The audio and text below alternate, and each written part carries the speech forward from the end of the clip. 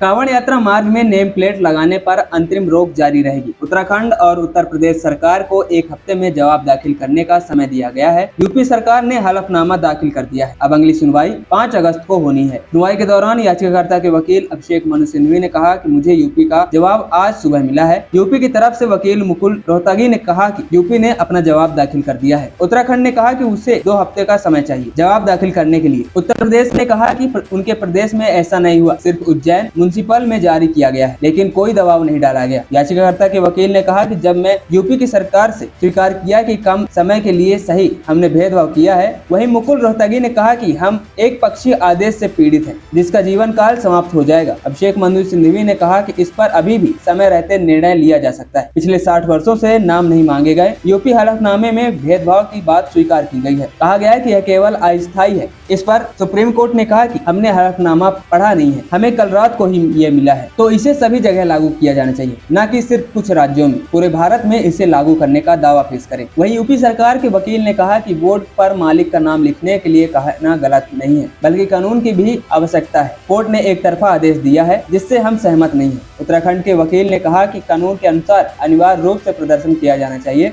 यात्राएं सालों से होती आ रही हैं, कुछ उप नियम होते हैं जिन्हें हम लागू कर सकते हैं। खासतौर पर कांवड़ियों के लिए हमने इस साल कोई उप नियम जारी नहीं किया। यह कहना गलत है कि मालिक का नाम प्रदर्शित करने के लिए कोई कानून नहीं है। मुकुल रोहतगी ने कहा कि उन्हें अदालत को यह दिखाना चाहिए कि एक केंद्रीय कानून है। हमने कल निर्देश जारी किए हैं कि आपको यह कानून सभी पर लागू करना होगा। वहीं सुप्रीम कोर्ट ने कहा कि हमारा आदेश साफ है, अगर कोई अपनी मर्जी से दुकान के बाहर नाम लिखना चाहता है तो हम उसे रोकेंगे नहीं। हमारा आदेश था कि यह नाम लिखने के लिए मजबूर नहीं किया जा सकता। वहीं दूसरी तरफ यूपी सरकार ने अपने जवाब में कहा कि राज्य द्वारा जारी निर्देशित दुकानों और भोजनालयों के नामों से होने वाले भ्रम के बारे में कांवड़ियों की ओर से मिली शिकायतों के बाद ही यह कदम उठाया गया है। ऐसी शिकायतें मिलने पर पुलिस अधिकारियों ने तीर्थयात्रियों की चिंताओं को दूर करने और कानून व्यवस्था बनाए रखने के लिए कार्रवाई की है। यूपी सरकार ने कहा है कि राज्य ने खाद्य विक्रेताओं के व्यापार या व्यवसाय पर कोई प्रतिबंध या निषेध नहीं लगाया है। मांसाहारी भोजन बेचने पर प्रतिबंध को छोड़कर वे अपना व्यवसाय समान रूप से करने के लिए स्वतंत्र है। मालिकों के नाम और पहचान प्रदर्शित करने की आवश्यकता पारदर्शिता सुनिश्चित करने और कांवड़ियों के बीच किसी भी